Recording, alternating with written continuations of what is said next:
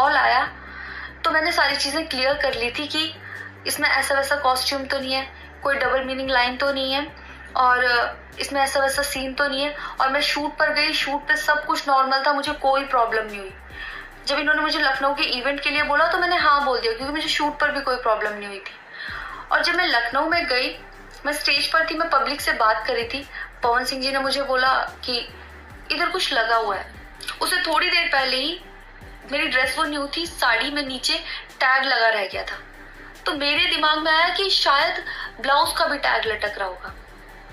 मैं हंसकर उस चीज को दबा रही थी कि अगर मेरा टैग लगा भी है तो वो चीज जिस टाइम मैं पब्लिक से माइक में बात कर रही हूँ उस टाइम ना बोल के साइड में भी बोली जा सकती है, इसलिए मैं उस चीज को उस टाइम पे दबा रही थी। मैंने हंस के टाला, अवॉइड किया और फिर दोबारा बात करने लगी। वो बोले नहीं कुछ लगा है, नहीं कुछ लगा है। तो मैंने कहा नहीं लगा। वो बोले लगा हुआ है। तो मुझे लगा कि शायद लगा ही, ये तो मेरे को लग रहा था कि कुछ लगा है इसलिए ये बोल रहे हैं, और पर फिर भी मैंने हंस के वहां पे टाला।